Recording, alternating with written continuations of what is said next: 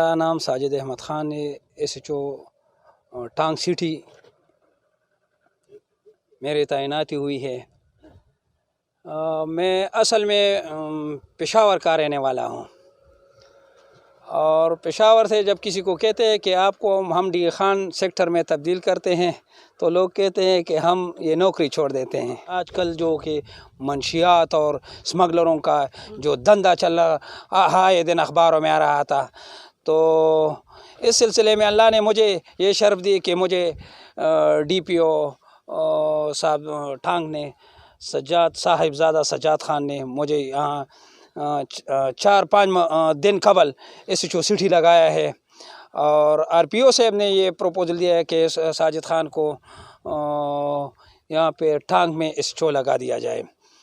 तो ये मेरे लिए एक मुश्किल टास्क था क्योंकि ना मेरा यहाँ भाई है ना कोई घर है। इंशाल्लाह जिस तरह मेरे घर में अपने बच्चे हैं और अपने भाई है और अपने इलाके के लोगों का खिदमत करता हूँ, इस तरह टांग के लोगों का भी खिदमत करूँगा।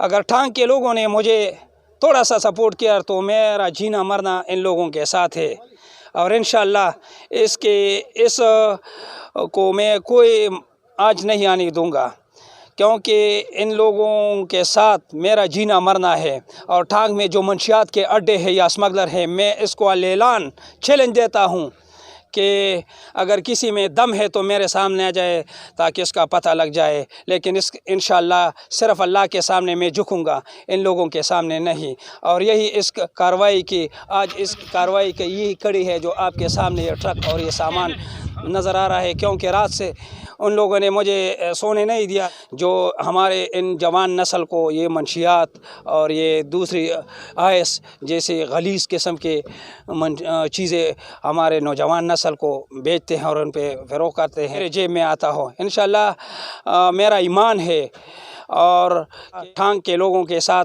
मैं इंशाल्लाह ऐसा नहीं होने दूंगा जिस तरह ये लोग चाहते हैं।